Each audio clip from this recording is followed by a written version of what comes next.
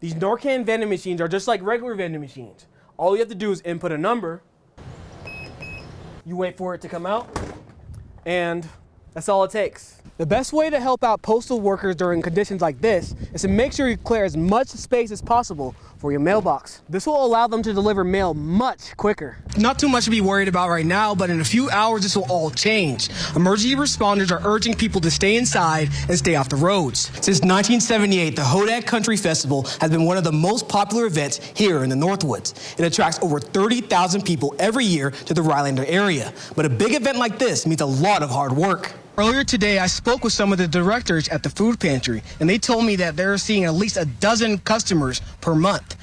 I'm here at Center Sugarbush Lane, one of the 4 roads blocked by barricades. Because of the limited access to roads, one family had to leave their home because their daughter couldn't get to school. All this talk about lemonade is making me thirsty. I definitely approve. The family doesn't know how long the tree will stay alive, but they told me that they'll always cherish the memories made on their farm. Family members are searching for their brother Namrud Tessima, who is from Rochester, New York.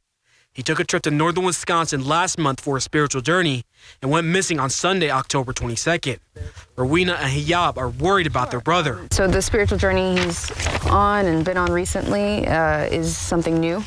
He hasn't done anything like this before. Usually he's in communication with us, so it's unlike him to take on something like this without letting us know. The family has been working with the Lac du Flambeau Police Department in the Iron County Sheriff's Office and traveling to different locations around Mercer, putting up missing posters to get the word out. As of today, they've done an extensive ground search, and today they are also doing a secondary search with dogs, but no real developments as of yet. They're following any possible leads. According to a Facebook post by the Iron County Sheriff's Office on October 31st, Namrud is not considered dangerous and has no history of violence. His family describes him as a loving, spiritual, and a caring man. We haven't heard from him. He's never been out of contact for this long. He's not from here. He doesn't know this area, doesn't know the surrounding area as well, and so we'll stay as long and hopefully somebody's seen him. Namrud, also known as Rudy, was last seen traveling alongside U.S. Highway 51 in Mercer. If you have any information on him, contact the Iron County Sheriff's Department. Reporting in Mercer, I'm Mohammed Abdul Qawee, Newswatch 12. I'm really excited. I'm excited for myself and for my neighbors here on the west side of Rhinelander. Earlier this month, the Rhinelander City Council unanimously approved the construction of a new pedestrian and bicycle path to safely connect residents with the rest of the city. A problem that Rhinelander resident Ben Meyer has been advocating for since early last year. We're effectively isolated from the rest of our city by foot or bike because we live in a place that's only accessible by Davenport Street, which frankly is just not safe. It's not safe for bikers or walkers. It's heavily trafficked, a lot of truck traffic. There are no sidewalks, and it's quite a narrow roadway. The new path will connect the dead end of West Hill Drive with the corner of Lois and Phillips Streets, a way to bypass Davenport Street. We'll be able to safely access the rest of our city and its parks, its libraries, its schools, downtown, on foot or by bike. In yellow is the designated wetland area. So as you can see... But not all residents are happy with the idea. I support walking and biking trails in Rhinelander. The issue with this specific trail is the way it was handled. Renee Ewings have been living on the end of West Hill Road on Rhinelander for 8 years.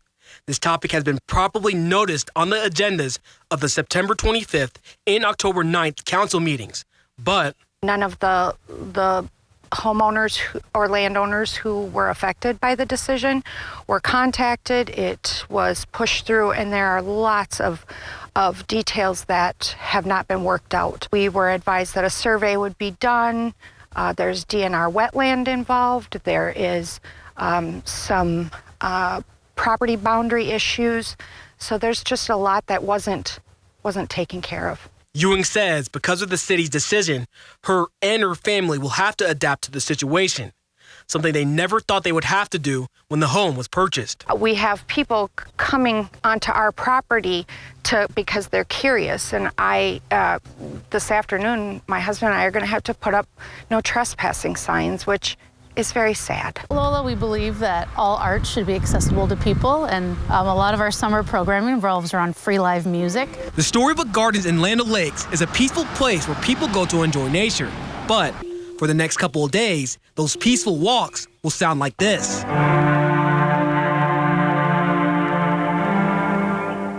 This new chapter is called Lola Sound Garden. There's artwork, there's poetry, there's photography, and you can walk through this space and enjoy the calm of the composition marrying with the nature. James Everest is the composer and director of this sound garden. He spends his time traveling around the world installing sound gardens and likes to use the unique talents of each community. Yeah, the cool thing about the sound garden is I like to make the soundtrack to a dance that's already happening in nature, and then there's this opportunity for community members to also contribute things to the installations. Everest installed the sound garden in Land O'Lakes twice before. This time, he added 20 more speakers and a new trail. But I love that spur trail, and I had wanted to do something there, but I just didn't have time or bandwidth in the previous years. So this year, because this stuff was already, the other areas were already designed and composed and mapped, I was like, okay, I can add that. The main goal is to provide a musical sanctuary to help soak up what nature has to offer. And for this sound garden, the sound of music will last forever. Anytime they come back to this space, there's something different, and they feel more connected to it.